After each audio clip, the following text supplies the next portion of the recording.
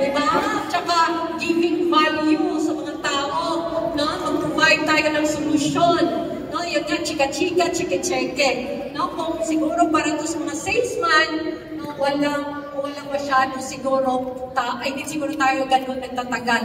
No? Pero storyteller tayo, educator tayo, pollution. So, yan, no? Yan ang mga old beliefs natin. No? Meron pa ako dito. Ano pa old beliefs natin?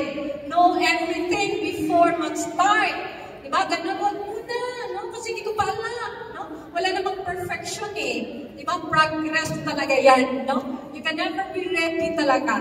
No? The learning is in the field. The wisdom is in the field. The learning is in taking action talaga. No? So, hindi totoo yan. Kaya wala kang new cheese. Kasi you keep on hanging with the old belief. No? My old belief na ganito. No?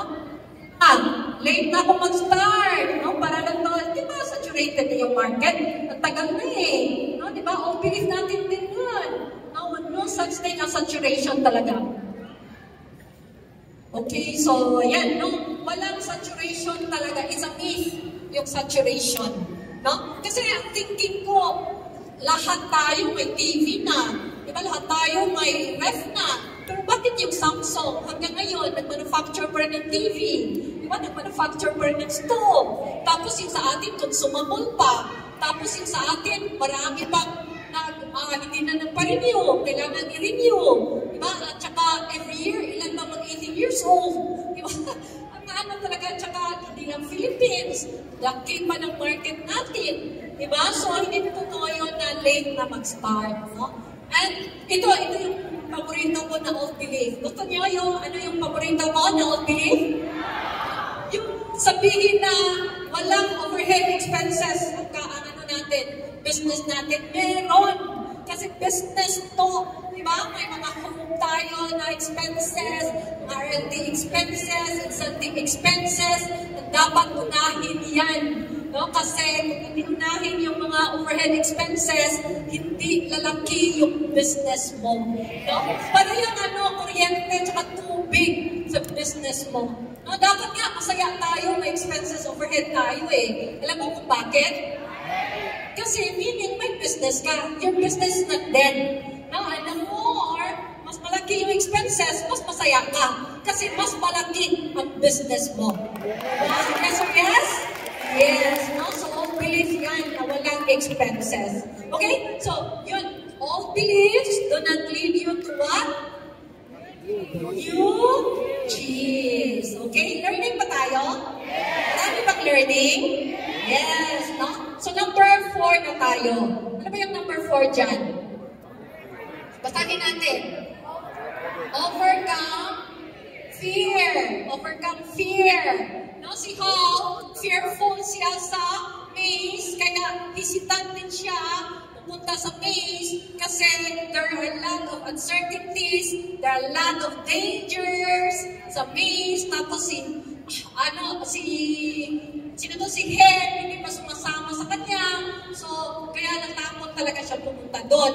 Pero he took the risk, and ito yung guiding principle ni How. Ano ba yung guiding principle ni How? Next, tingnan mo. What would you do if you weren't afraid? No? Dami siguro natin pwedeng gawin kung hindi tayo natatakot. No? True or true? True. Yes or yes?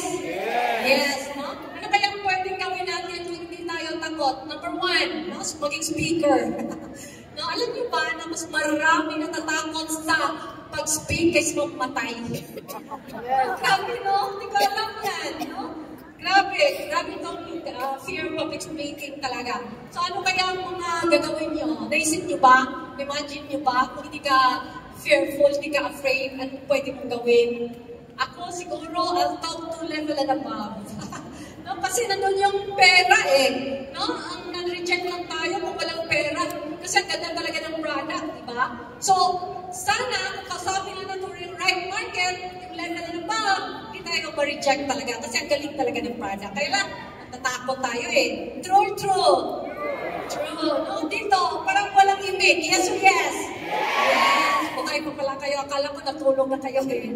Pag kayo matulog ka, then, best closer. Siguro, kung hindi ka takot, gusto mo wala ng fear of judgment. No? Sa mga empleyado, siguro ang gagawin nila, alam ko kung anong gagawin nila, no? They will pursue their dreams. No? Pursue nila yung dreams nila. Kaya lang takot sila na wala silang stable income. No? Kaya na-stuck up sila sa cubicle nila. No? So, yan. Now, see how, kaya takot siya, ang ginawa niya, shift lang yung focus niya. No? From fear to the new cheese. No? Okay? Pero alam niyo ba na ang paniniwala ko yung fear is just an illusion. What's the term? Illusion. Illusion. Illusion lang yan. No? Imagination lang yung fear. At saka pag hinarap mo yan, mawawala yan. No? Parang ano lang yan. No? Parang shadows and sun. No? Yung shadow mo at saka sun. Pag, di ba ang shadow, pag hinarap mo, ang sun, wala yung anino mo. Anino ba yung Tagalog? Yes. Shadow, no? Pero pag, you walk away from the sun, ano mangyari? Lalaki at lalaki yung shadow. No? Tulad din ng fear. Pag hinarap mo yan, mawala. Pero if you walk away, lalaki. Ganun at ganun, no? So, naalala ko tuloy si Jem Vigora. No, si Jem Vigora, takot, hawak ng microphone. No, kaya yung check-in niya maliit. No? Pero nung fini-face na niyo yung fear, kasi sinabihan siya, unless magsalita ka sa stage, with mic, hindi talaga lalaki yung check-in mo, income mo.